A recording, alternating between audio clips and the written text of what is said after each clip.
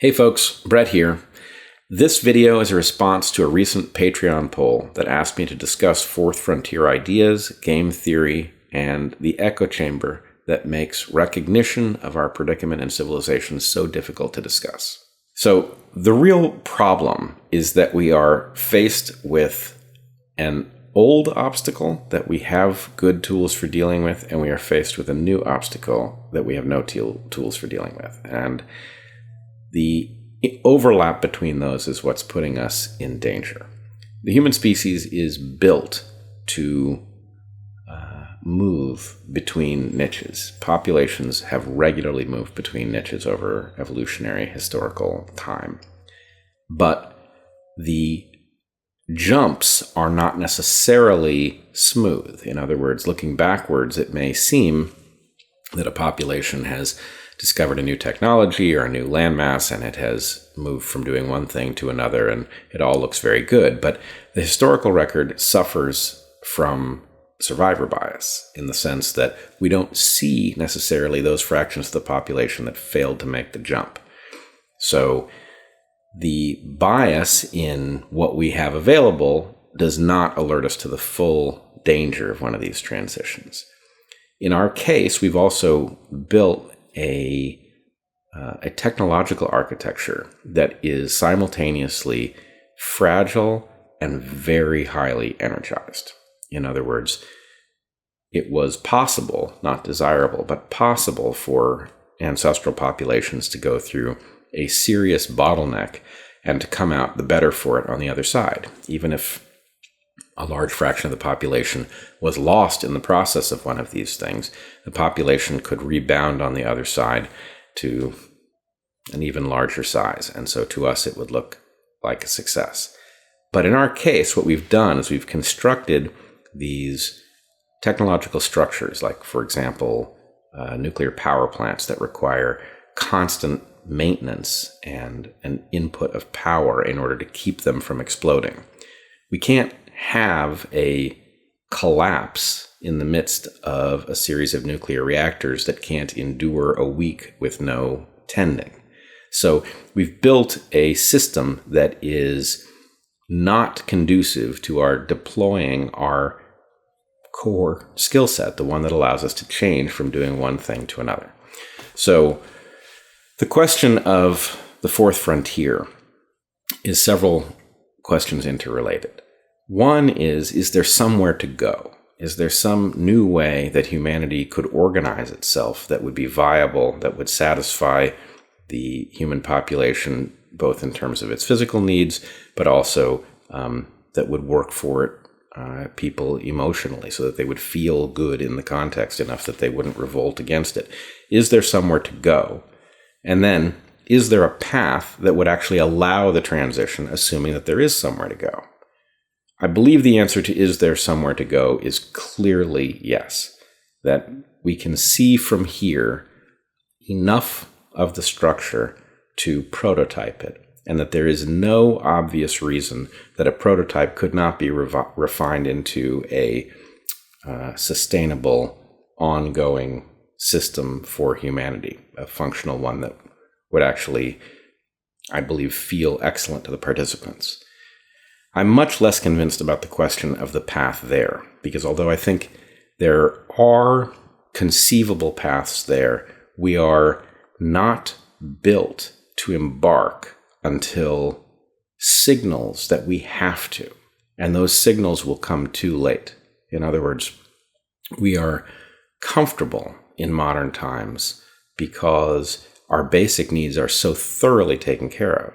The things that would motivate an ancestral population to rethink what it's doing, hunger or exposure to climatic fluctuations that were intolerable or something like that, those things don't happen to us. We live in buildings that keep us comfortable throughout the year. We are barely aware that it's harvest season, so we don't know, even if a harvest were to fail in the wealthy part of the world, food would come from somewhere else, and the only detectable indication that we weren't actually achieving sustainability at the level of the calorie input would be a spike in the price of food, but we wouldn't have the normal triggers that would cause us to retool, which would almost inevitably involve a certain amount of hunger. So in the absence of those signals, we are liable to wait, imagining that we are better off sticking with our current plan than imagining taking the risk of upending that plan until the point that those signals do arrive. And my concern is that the point at which signals as serious as hunger arrive in the first world is a point at which things have gone very seriously awry. And the technologies that happen without our awareness, the nuclear reactors and other technologies that actually our survival is contingent on at this point, those things will be in danger of sudden, spectacular failure at the point that we as individual humans begin to detect that things have gone off the rails. And that sets us up for disaster. So one of the things that I've been interested in talking to different audiences about is how to recognize that although civilization functions very well at a day-to-day level for many people, and the closer you are to being powerful enough to motivate change, the more likely it is that civilization is working for you. So alerting people to ways that even if the somatic sense that things are functional is very convincing, that one can detect that it can't go on very long in this manner, that our trajectory is not stable, and that the end result of continuing in this direction will be catastrophe, and that it doesn't have to be. That by recognizing where we are heading, we can shift modes. We can employ the toolkit that our ancestors would have employed to shift from one niche to another. We can employ that deliberately, consciously, and intelligently. And the earlier we do it, the less painful it will be.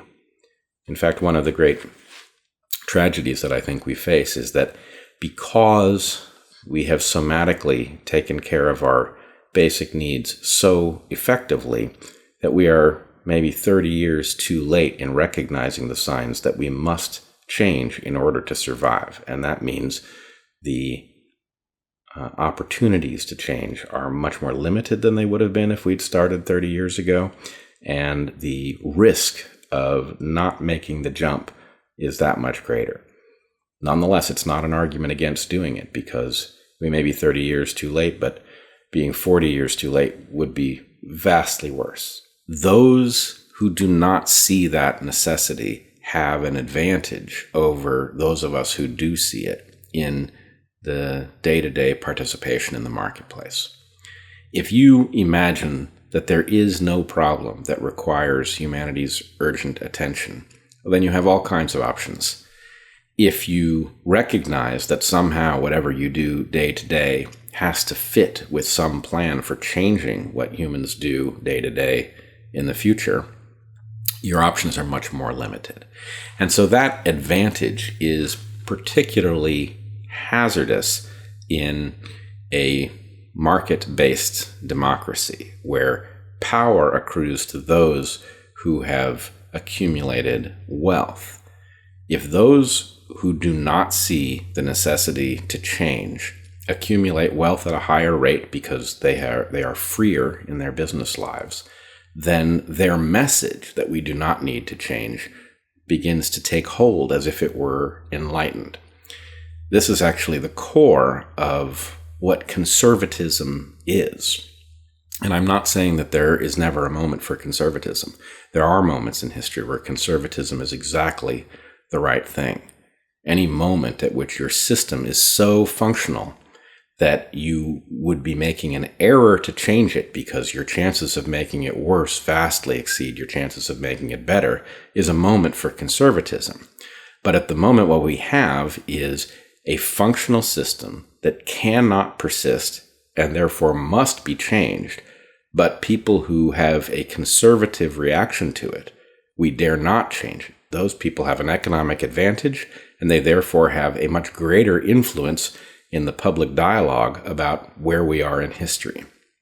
So one thing that we must do is wake conservatives to the hazard of the trajectory we are on, in spite of the fact that the day-to-day signals seem very positive about where we are for many people. At the same time, we are talking about the traditional blind spot of conservatives, where they sometimes correctly and sometimes inaccurately see the system as so functional that it shouldn't be tinkered with.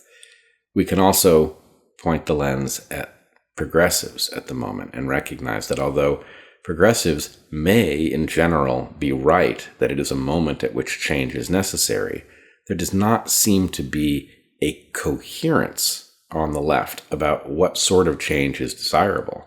And when one talks to liberals, one frequently finds in modern times that what they have is really just a rehashing of traditional liberal positions, some of which have been thoroughly discredited by history. So conservatives need to be awakened to the necessity for us to change a system that seems functional. And liberals need to be awakened to the fact that the ideas that they always imagined would make the world a good, stable, functional place are inadequate to the challenge. And so both these sets of people need to come together around the idea that change is necessary, but nobody yet knows what that change should look like. Hey folks, if you like this video, click like, subscribe to the channel, and if you feel like supporting the creation of more content like this, head on over to my Patreon page and sign up at whatever level feels comfortable.